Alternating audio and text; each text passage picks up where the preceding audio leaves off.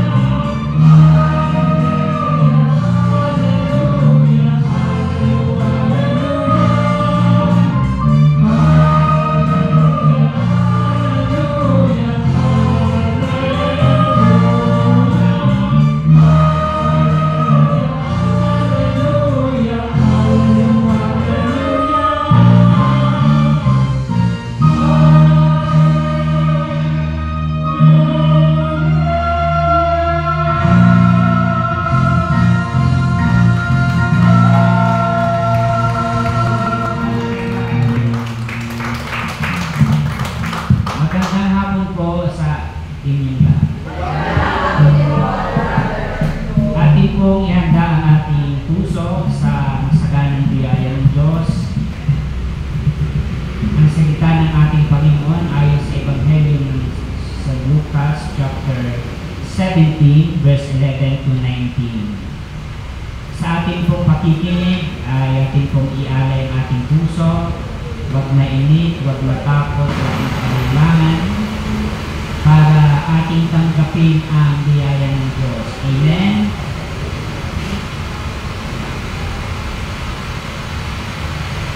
Luke 17, 11 to 19.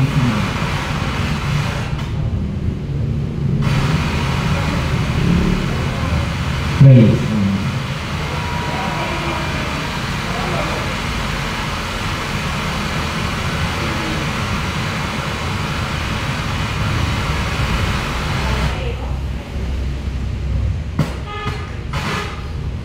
Praise.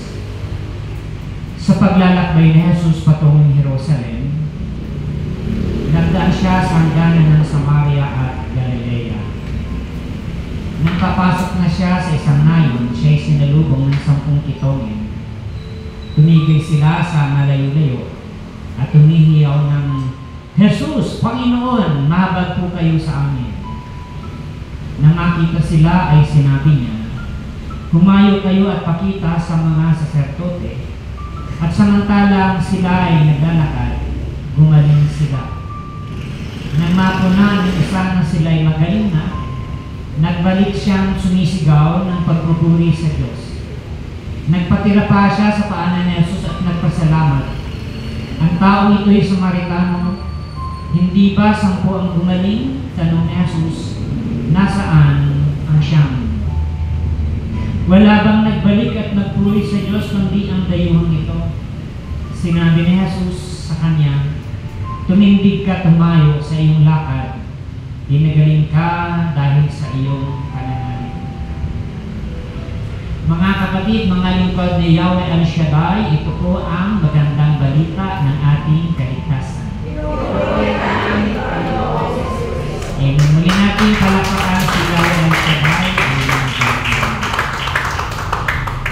At pwede na po kayong makaupo, mga kapatid. Sabihin mo sa iyong katabi kapatid, pag pinagpala ka, huwag kang mag-lead the group. Ang ganda ng title, no? Kasi ang topic natin ay tungkol sa pagpapasalamat. Amen?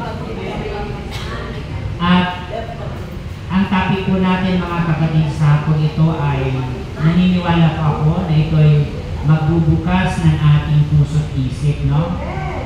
Na mas marami pala ang dapat nating ipagpasalamat kaysa ating hinihingi. Sa panahon ng Jewish cultures, mga kapatid, ang pinakamatinding sakit ay ang keto. Sa panahon ng Panginoong Jesus, wala pa itong kagalingan. Amen? Maliban doon sa tinatawag na divine intervention, ang sakit niya ito ay napaka-worst, napaka-sakit, mga kapatid, sapagkat maliban sa walang kagalingan, ang tawag sa taong may ketong ay the living dead, no? Isang buhay na patay. At ito ay habang tumatagal, mga kapatid, ang katawan ng tao ay pabulok ng pabulok. No?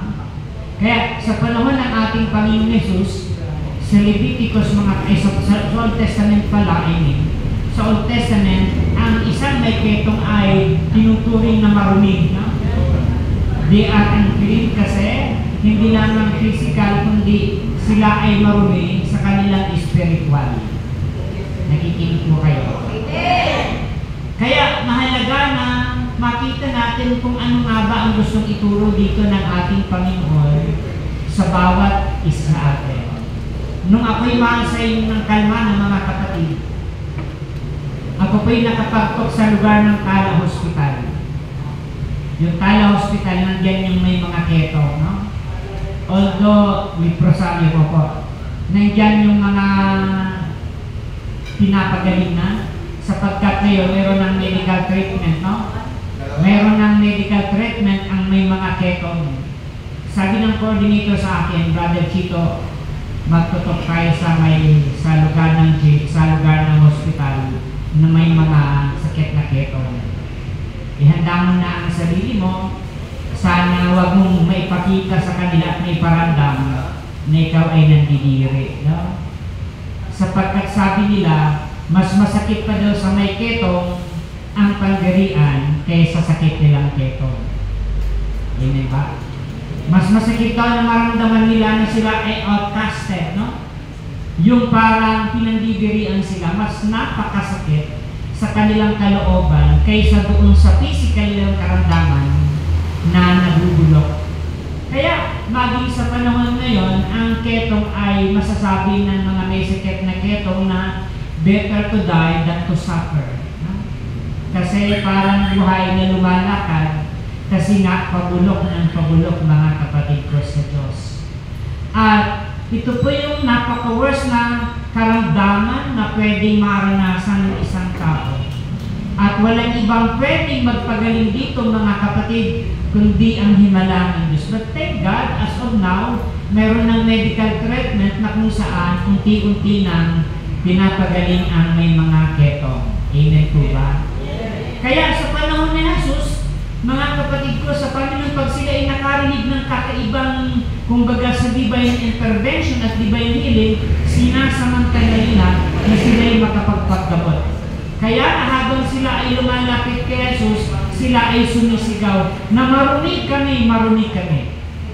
Kasi sabi ko nga sa inyo, sila ay outcasted, no? Sila ay they are not belong to the community. Amen po ba? Hindi sila kabilang sa community, mga kapatid. So alam niyo ba, napakabigat sa isang tao yung tayo ay ma-outcast, no? Yung tayo ay itsapera sa maraming tao, mga kapatid ko sa Panginoon. Amen po ba? Kaya sa ating buhay, mga kapatid ko sa Panginoon, so much blessing sapagkat wala tayong mga ganitong uri ng karamdaman. Salamat sa Panginoon sapagkat inilayo niya tayo sa ganung uri ng mga sumpa ng buhay, mga kapatid ko sa Diyos. Kaya sapat na pala ang pagkakataon na kapag tayo ay inabot ng Diyos, hindi man ketong o mabibigat man na problema at karamdaman, yung tayo ay abutin ng Diyos para paggalingin. Amen po ba? Kaya nga lang, mga kapatid ko sa Panginoon, ang tao daw ay napakalupot, no? Malini tayong makalimot sa ating pagpapasalamat sa Diyos. Amen po ba? Kaya mahalaga, mga kapatid ko sa Panginoon, ano nga ba ang gustong makita ng Diyos sa ating lahat? Na sa ating paghingi sa Kanya, sa dami ng hinihingi natin sa Kanya, mas marami ba ang naipasalamat natin sa Kanya? Amen po ba? Ang Diyos, kailanman hindi po siya nagkulang, hindi siya nagpabaya, mga kapatid ko sa Panginoon. Lagi siyang nakaantabay sa bawat pagdaing natin. Titingin po kayo. Lagi siyang nakaantabay sa mga tao wala nang ibang inaasahan kundi ang Diyos. Kaya sa kalalagayan nating mabibigat na mga bagay, mabibigat na sitwasyon, ito yung nagtutulak sa atin kapag tayo ay inabot ng Diyos. Ano nga ba yung gratitude na tinatawag natin? What would be thankfulness? Ano yung tao marunong magpasalamat, mga kapatid? Gratitude brings you back to the source. Ang pagpapasalamat ay nagbabalik sa atin sa pinagmulan. Nakikinig ko kayo? Ang pagpapasalamat ay nagbabalik sa atin sa source, mga kapatid. Kagaya ng isang babaeng pinagaling ng isang ketonging pinagaling ng Panginoon, hindi siya naging kagaya ng siya. Siya ay bumalik sa Panginoon. Amen ba? Nagbabalik sa atin sa pinagmulan ng biyaya. Marami ang nakatanggap ng kagalingan, pero isa lang ang bumalik. Amen ba? Marami ang nag-ghost project, no? Nung sila ay mag-bless, nang silang ghost, no? Nang silang multo. The same with our spiritual life, mga kapatid ko sa Panginoon. Dapat ang pagpapasalamat sa natin ay nagbabalik sa atin sa Diyos. Amen po ba? Healing is not complete without gratitude. Kapag tayo daw ay pinagaling at pinagpala, hindi pa rin kumpleto ang ating kagalingan. Ang magtatapos ng ating biyaya ay ang pagbabalik natin ng pagpupuri, pasasalamat sa Diyos. Eh, sabi ng Panginoon sa ibang version, your faith has made you whole. Ang pananampalataya mo ay ang bumuo sa iyo. Hindi kanya lang pinagaling, kundi ikaw ay binuo. No? Tayo ay binuo ng Diyos, mga kapatid ko sa Panginoon. Kaya ang pagtugon natin, ang pag-respond natin ay hindi sapat, kundi yung pagkalima natin sa Panginoon, yung pagtugon natin sa Diyos ay ating paglalambing sa Kanya. Amen ba?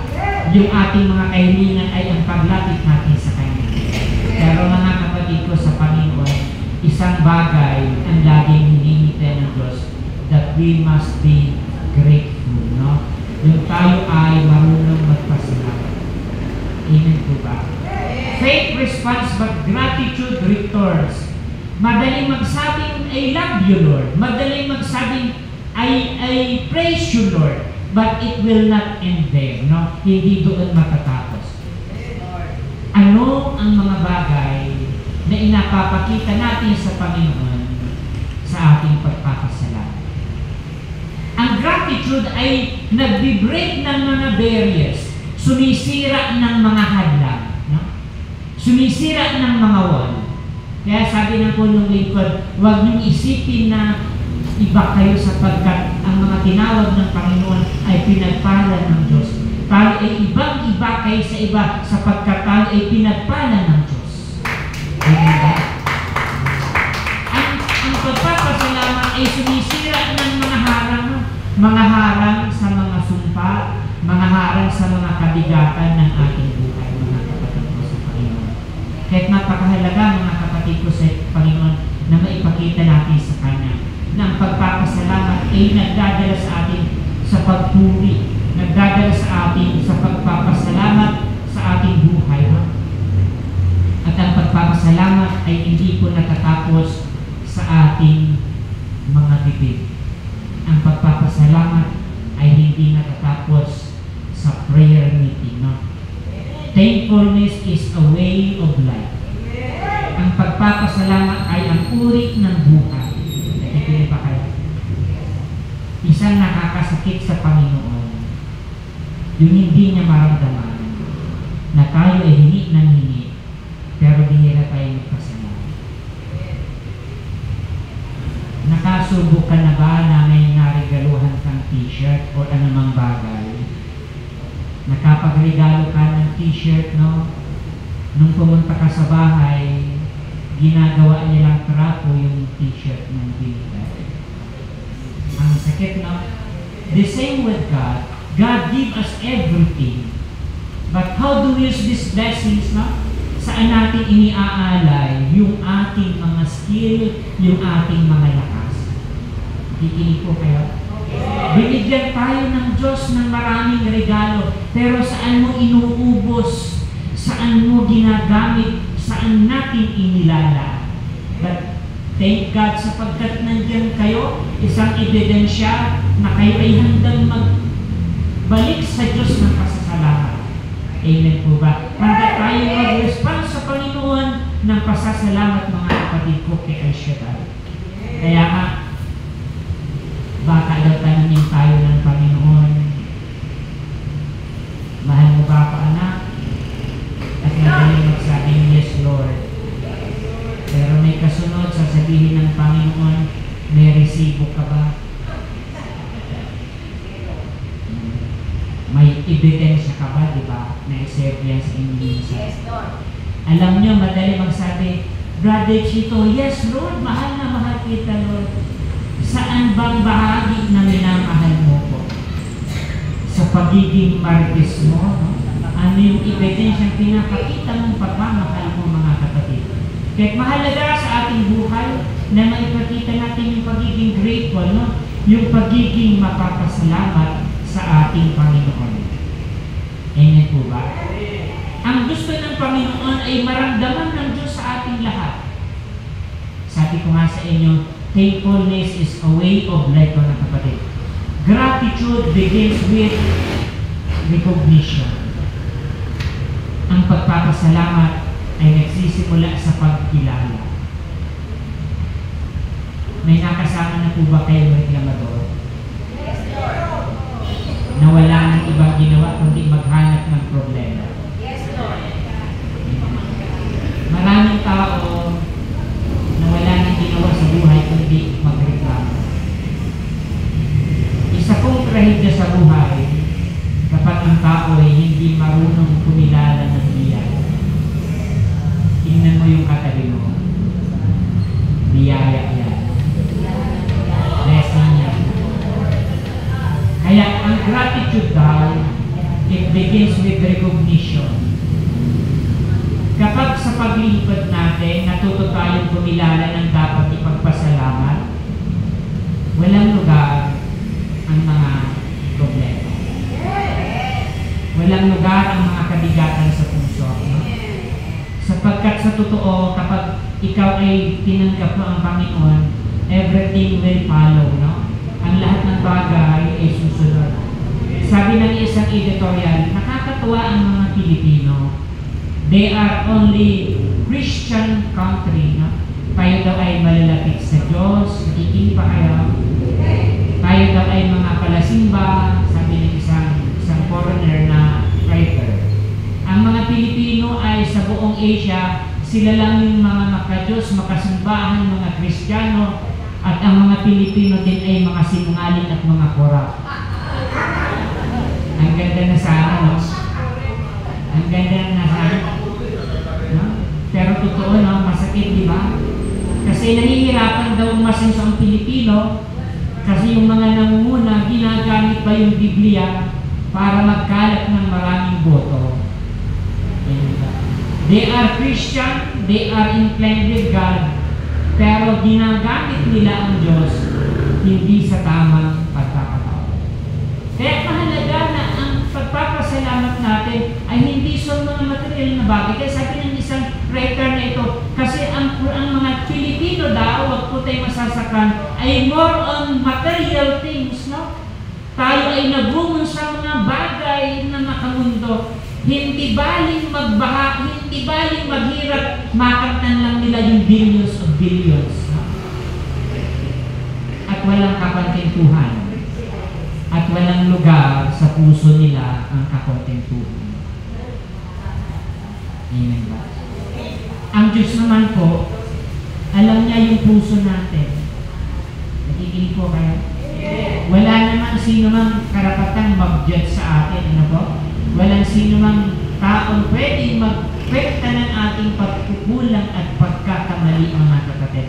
But as long as na tayo ay may katiyakan sa buhay natin ito, tayo ay patuloy na nagpupursigi sa kalooban ng Panginoon, at marunong tayong kumilala ng bawat blessings ng Panginoon, mga kapatid ko sa Diyos, doon natin ipapakita sa Panginoon na tayo ay hindi isang ingrato. No?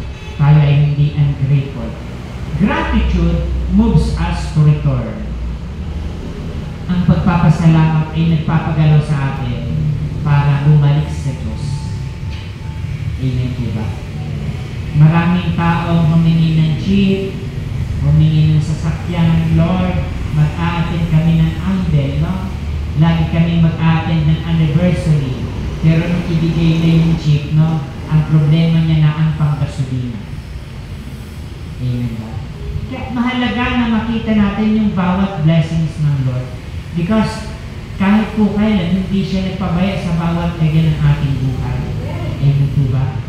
Napakarami nating pagkukulang, pero hindi niya doon binibilang. Kaya sabi ng Panginoon sa may sakit na leproso, pinagaling ka sa iyong pananalig. In this context, mahalaga na mayroon tayong faith, no? Hindi sinabi ng Panginoon, pinagaling ka dahil banal ka. Hindi. Pinagaling ka dahil mabuti ka. Pinagaling ka dahil mayroon kang pananalig.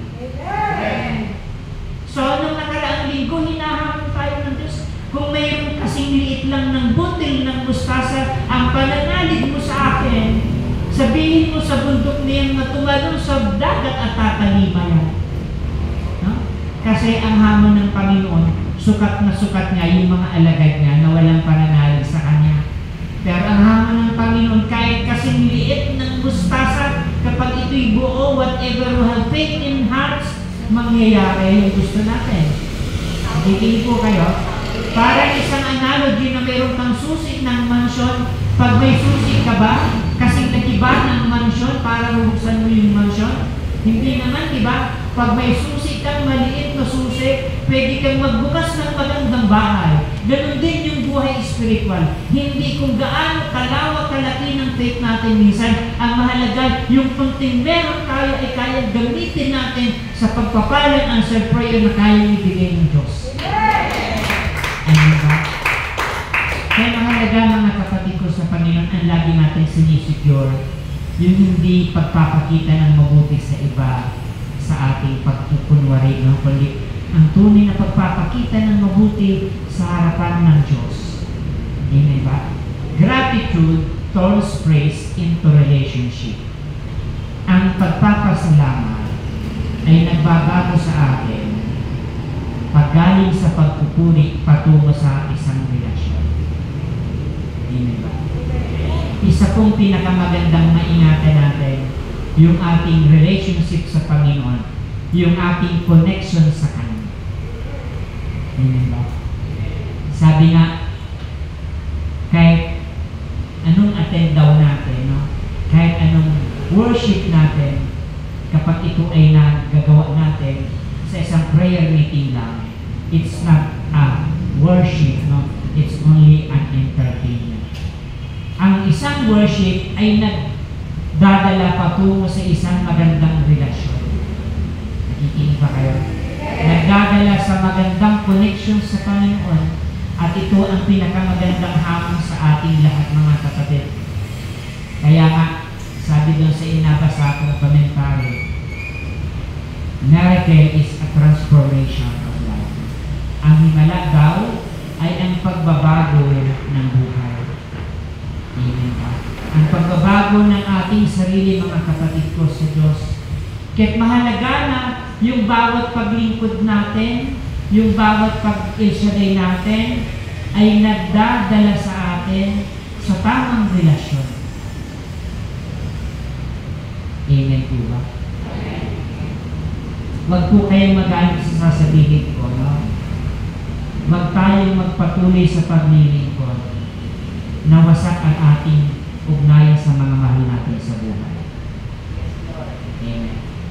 Hindi tayo pwedeng magpatuloy sa paglilingkod na isinasangtabi natin yung connection natin sa mahal natin sa buhay. Sapagkat mismo ang Panginoon magsasabi, paano mong masasabing mahal mo ko kung yung taong nakikita mo, kilala mo, ay hindi mo kaya mahal. Ito po ay may kabigatan, no? Ito po ay hindi maganda sa ating pandinig. Lalo na kapag hindi natin ito tinatanggap, no? Pero isang katotohanan, mga kapatid, ang hinihintay ng Diyos sa atin, yung tamang connection sa Kanya. Andiyan po ba kayo? Ang tamang ugnayan sa Kanya. Kahit maglupasay ka dito sa prayer meeting sa kakaiyak, if we don't know how to forgive people, mawawalan ng kwenta yung mga pagod natin. Nakikinig ko kayo? Kahit ilang beses tayong matumba, kahit manginig ka sa kakaiyak, kapag walang pagbabago ng puso at walang magandang ugnayan sa Diyos, walang magandang mangyayari sa buhay natin. Ang Diyos hindi tayo ini-scam. Ang Diyos hindi tayo binubudol. Pero tayo ang galing nating mangbudol. Nakikinig ba kayo? Sabi ng isang pare, nakakasakit, pinasaktan ako, ang mga Elsyadai ay mababait, magagaling, kaya pinagpapala sila kasi ang paglilingkod nila walang kasamang pagpapanggap. Nasaktan ako, no? Kasi sa totoo lang, minsan sa aking paglilingkod nagpapanggap ako. Pero isang hamon sa atin, how do we serve God, no? Sabi ni isang pare, Mapapalad sila, pinagpala sila kasi ang paglilingkod nila walang pagpapanggap. Kaya tanungin natin yung ating sarili, who we are in our lives, in our private life. No? Ako, pwede akong magmukhang mabait sa inyo. Pwede akong magmukhang mabuti sa inyo. Pero wala akong matatakbuhan sa mata ng Diyos. Kaya ang praising God, ang pagpapasalamat ay nagdadala patungo sa magandang connection. And we have good connection kapag naayos natin yung ating buhay sa harapan ng Diyos. Amen! Minsan po, ang salita ay ang pait, no? Masakit, pero it brings us to a proper connection. Amen ba? Kaya nga sabi ko sa mga outreaches, ang malaking kasalanan ng preacher, alam niyo kung ano? Sabihin niyo ano? Yung bulahan lang yung mga attenders. Yung sabihin nila pagpapalain kayo, yung hindi ko pakikialaman yung mga buhay natin, pero mananagot ako sa Diyos. Because this is the very biggest thing, mga kapatid. Yung sabihin ko kayong mayaman, kayo maganda, kayo mabuti, kayo totoo naman. Pero there is always accountability, no? Palaging may pananagutan sa Diyos. Palagi tayong may accountability sa Diyos. And after all, yung mga hinahabol natin lahat, kotse, kayamanan, material na bagay, iiwanan natin lahat. At hindi mo yun ipapangalandakan sa harapan ni Yahweh. Panginoon, 5 ang kotse ko, 40 ang kotse ko, may payong isa. We cannot even host before God. Anong sasabihin mo sa Panginoon, Lord? Ayos yung relasyon ko sa ating mga kapatid, kagaya ni Lazaro, no? Humihingi siya kay Abraham na pabalikin kasi wala maayos na buhay ang kanyang family. Hindi sinabi doon na bahala na sila, mayaman naman sila, no? Sabi ko nga lagi, sa paglilingkod, hindi pa yaman, no? Hindi pa ganingan. Sa paglilingkod natin mahalaga, mga kapatid, little by little na nagiging mabuti tayong lingkod. And every mass, humihingi tayo ng panalangin, patawarin mo kami sa aming pagkakasala. Kaya yung 5 mong hindi mo napapatawad, bawasan mo ng isa. Nakikinig ba kayo? Ako, di pa naman sinabi na okay na ako, pero tayo lahat alam ng Diyos yung ating pagpupursige. Gratitude separate us from the crowd and we become committed. Makikita mo na ikaw ay nagpapasalamat sa Diyos kapag ang way ng buhay natin ay hindi nakakaya ng iba. No? Kapag ang hinahabol natin mga bagay-bagay lang ang makamundo, no? Hindi si Jesus ang tinatawag na ito. Sabi ng Panginoon, kung babasahin niya tayo, Brother Chito, kilala naman kita eh. Preach ka ng preach kasi love offering lang naman ang gusto mo eh. Ha? Kilala niya tayo. Nakikinig ba kayo? God knows everything, no? Mabibigat ang sasabihin ko.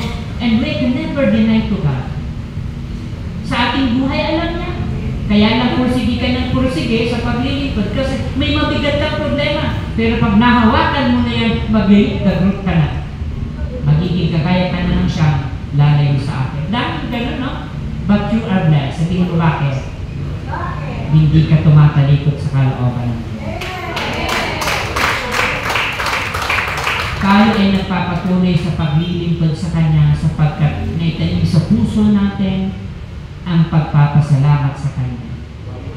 Gratitude deepens our faith. No? Ang pagpapasalamat ay nagpapalalim ng ating faith. Na pagdating natin sa bahay, yung narinig natin hindi naago ng kalaban. Yan po. Na sa ating paglilingkod sa Panginoon, mga kapatid, ay nagmamanifest, no? Nagmamanifest yung Word of God. Nararamdaman nila. Kasi we are blessing to others, no? Kapag tayo ay malalim ang pananampalataya, bawat bibitawan sa bibig mo, nagbibigay kalakasan sa iba. Sabi ng kapatid ko na nakaaway ko ng mga lumang buhay namin.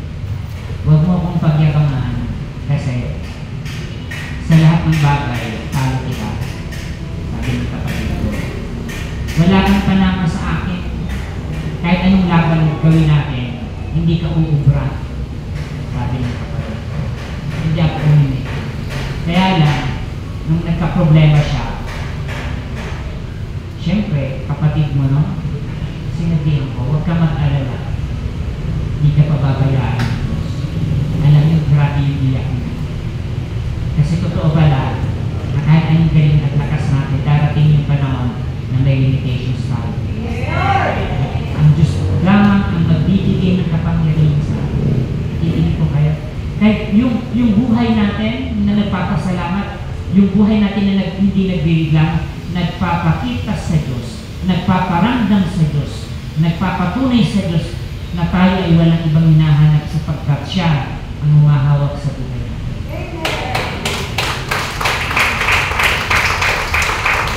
Ano naman po ang halaga ng paglilingkod natin ng matagal? Ano naman ang halaga ng pagpapatuto natin sa bawat gawain kung simpleng problema sa bahay, nawewentang tayo? No?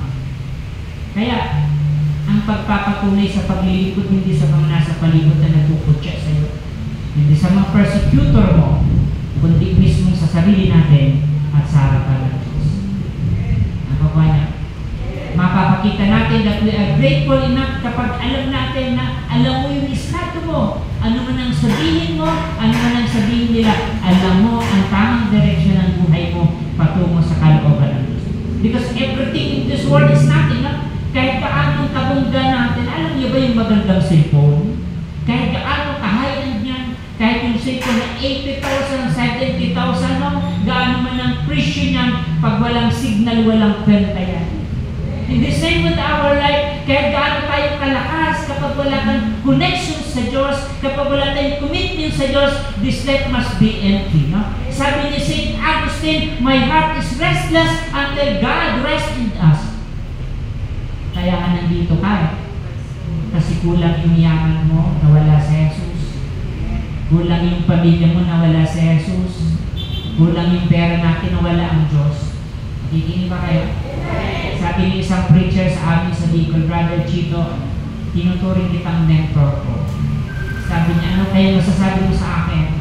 Sabi ko, bakit? May sakit ako sa puso, sabi niya. Kung may sakit ka sa puso, mag-asawa ka. Nagtawa siya na, Brother Chito, bakit ako mag-aasawa? May sakit man ako sa puso.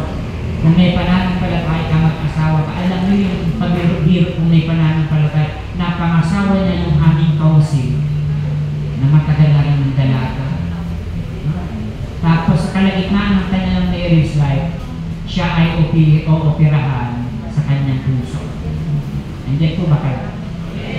At alam nyo, kailangan kang operahan sa puso, you need 1 million. Kahit may 1 million ka na, kailangan pa ng perma ng asawa mo, kung papayag ka na buksan ang puso niya na kung sakaling mawala ng buhay, hindi niya pananagutan. So nagkalap siya ng pera, pumunta dito sa Amorsolo, nabigyan siya ng kaunti, hindi siya nakalikot, almost 500 talagang nangalat ng pera, makabuo ng 1 million. Sabi niya, Brother Chito, totoo yung sabi mo, ang mahal palang mabuhay. Bago ako mabuhay, kailangan ko ng 1 billion para ma-survey ko ang aking sakit sa puso. Napakamahal ng mabuhay. Yung mga tao nasa hospital, no? Pag ipinasok sa ICU, bibilang ka ng 5,000 araw-araw. At pag wala kang 5,000 sa ayaw mo sa gusto, ilalabas ka dyan. No? Kaya mapalad tayo, bakit tayo magre-reklamo na ang buhay ay wala tayong kontrol, na lahat ng bagay wala tayong kontrol, that this life is so fragile. Nagtataka ka minsan, ay naku, si Sister, kilala ko yun, kausap ko pa yung kahapon, bakit namatay na siya? Nagtataka pa, sapagkat ang buhay ng tao ay madali lang. Magtataka ka kung sa kabila ng maraming problema at mga paghihirap, nabubuhay ka pa. Nakakuha? Sapagkat ang pagkabuhay ay isang himala. Yung pagtulog mo, alam mong matutulog ka, pero yung pagising mo, wala ka ng malay kung gigising ka pa. Kaya pag sobrang pagod ka na, gigising ako ng alas 3, sa sobrang pagod mo, di mo na malayan, alas 3 na pala, sapagkat wala ka ng kamalayan sa buhay mo, maliban sa kalooban ni Yahweh El Shaddai. And this life is so gracious to be grateful enough, mga kapatid sa Panginoon. Pag natukoy natin, na-recognize natin ang biyaya ng Diyos, yun ang pagkakataon na masabi mo sa sarili mo na wala ka nang hahanap-hanapin pa. Sapagkat siya ang magpupuno sa buhay mo. Pero alam nyo, ang sukatan natin bilang isang Kristiyano, naalala ko sa sarili ko, ako po isang napakaligalig, no? I am so legal. Pero nung ako ay maglingkod sa Panginoon, kaya kong manatili sa kwartong maghapon. Na-assign ako ng province, no? Sa province, pag wala kang hayos sa quarters ka lang. Pero doon ko na-experience yung blessings ng Lord. Na wala kang mahanapan natin pa kundi ang mag-business. It is so peaceful, no? Napakasarap ng taong nananahan sa kanya dito sapagkat walang hinahanap-hanap sa buhay. Kapag ang ating buhay ay hindi grateful sa Panginoon, ang dami pang kulang. No? Kapag ang dami pang kulang sa atin, we are not complete. Habang buhay, nung 20 ka, ang dami mong hinahabol. Nung 50 ka, ang dami mong pang hinahabol. Nung 70 ka, ang dami mong pang hinahabol. Hanggang nabubuhay ka, hindi niya pang hinahabol. Pero hindi mo hinahabol ng lubusan ang Panginoon na may kontrol ng lahat. Yes, Lord! Kaya sobres mga kapatid ko sa Panginoon. Sabi ko nga sa inyo, napadpad kami ng asawa ko dito sa Manila. Wala kaming ibang hangarin kundi mag-mission. Nakapagtapos ako ng 4th year sa college, nakapagtapos ako ng 2 years sa master sa biyaya ng Diyos. Pero kahit pa paano, wala kaming kinaladkad na kapatiran para maghingi ng pera. But so much blessing for God kapag naramdaman ng Diyos na ikaw ay handang mag-alay ng buhay para sa Kanya, everything will follow. No? Ang biyaya ng Diyos ay isagana sa mga taong labis at lubos na nagtitiwala sa Kanya. Kaya mga kapatid ko sa Panginoon, mahalaga ang isang magulang. Minamahal niya lalo ang kanyang anak kapag marunong mag-appreciate. Masarap magregalo sa taong marunong magpahalaga sa pinagre-regalo. Ganon din ang Diyos. Paano natin ginagamit yung buhay natin sa harapan ni Yahweh El Shaddai. Napagpalang hapon po, tumayo na po kayo. Ilagay po natin ang ating kamay sa tapat ng ating puso. At pakinggan niyo ang awiting ito, mga kapatid. Hayaan natin na bago natin hilingin ang mga bagay na gusto mo ngayong hapon, alalahanin natin ang mga biyaya niya na dapat mong pasalamatan. And I know na hindi natin kaya ubusin ang dapat ipagpasalamat natin. Walang tamang lugar, walang sapat na oras para maipasalamat natin sa Panginoon. Pero ramdam ng Diyos yung puso natin na handang magpasalamat sa Kanya, handang magbalik sa Kanya ng pasalamat. Yung pagkakatayo nyo yan, yung pagpunta mo sa hapong ito, isang ebidensya that you are grateful enough, that you are thankful enough kasi hindi hinayaan na mawalay ka sa Panginoon. Salamat sa Diyos, may mga pagkukulang lang tayo, may mga pagkakamali lang tayo, hindi yan bibilangin ng Diyos kapag alam natin na tayo patuloy na nagpupursige na naibalik sa Kanya ang ating patuloy at pasalamat. Pakinggan niyo ang ulitin. Hallelujah, praise Jesus.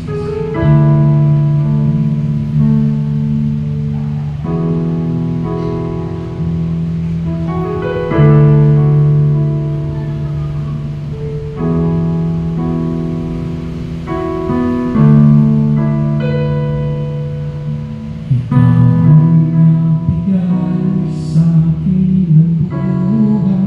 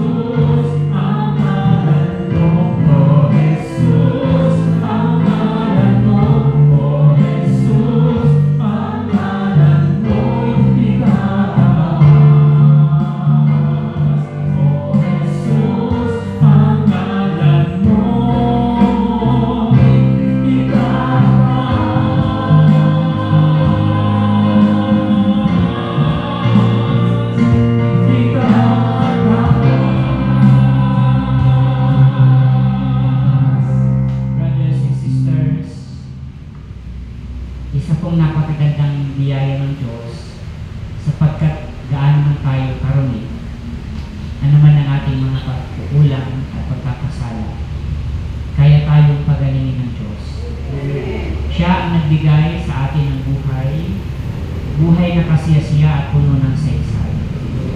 Binigyan niya tayo ng kapayapaan at tunay na kaligayahan at ang kayamanang hindi mapapangkayan.